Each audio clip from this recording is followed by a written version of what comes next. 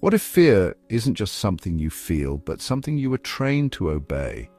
Not the kind that yells, the kind that whispers, the kind that gets mistaken for being smart, being prepared, being a good person. Fear can look like overthinking, like being helpful, like disappearing in the name of harmony. It becomes so normal, so fused into how we move through the world that we don't even recognize it as fear anymore. We call it personality, we call it responsibility, we call it knowing better. But what if that's not what it is? What if fear is the first emotional structure we ever built?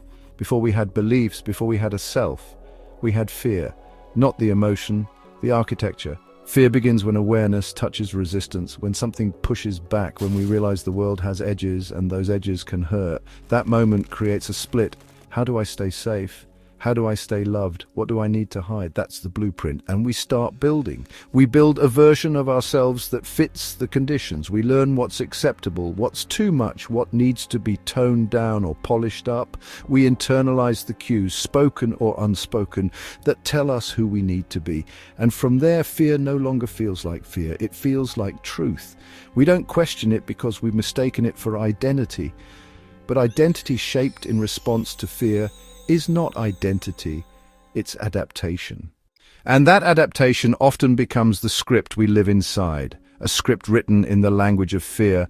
Don't rock the boat, don't be too sensitive, don't fail, don't succeed too much, don't need, don't ask, don't show up unless you're sure you'll be received. This is the construct, and once it's in place, it becomes self-reinforcing. We seek environments that match the script.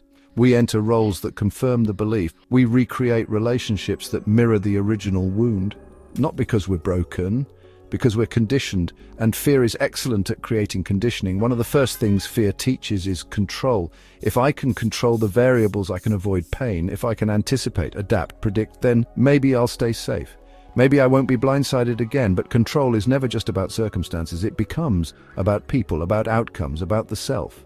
We control our image, our expression, our vulnerability, because fear tells us that exposure is risk. And it's not just external control. We also try to control our own internal experience. We judge our feelings, we narrate them, suppress them, reframe them so they sound better, safer, more digestible. We don't ask, what do I feel? We ask, what's the right way to feel right now? That's fear talking, fear disguised as insight, fear disguised as wisdom, fear disguised as doing the work, and the loop continues. This is why people stay in patterns that hurt, not because they're weak, but because the pattern feels familiar, and familiarity is safety in the economy of fear. If you've ever found yourself saying, I don't know why I keep doing this, I thought I already worked through this, this shouldn't bother me anymore. The answer might not be emotional immaturity. It might be that you're still living inside the original construct. The one fear built. This is not about becoming fearless. Fear will show up. It's wired into you. This is about noticing when fear is speaking for you, when it's making decisions on your behalf, when it's hijacking your clarity and selling it back to you as safety. You are not flawed for developing fear-based behaviors. You were brilliant. You adapted. But now it's time to question whether what protected you is still guiding you, and if it is that guidance or is that limitation?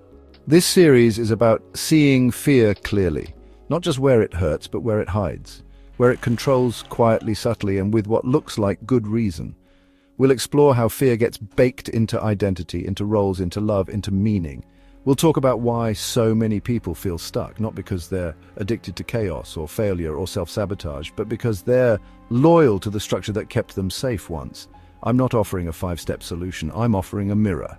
To see how fear has been shaping the story, not as an enemy, but as an author. But survival is not the same as freedom, and control is not the same as peace.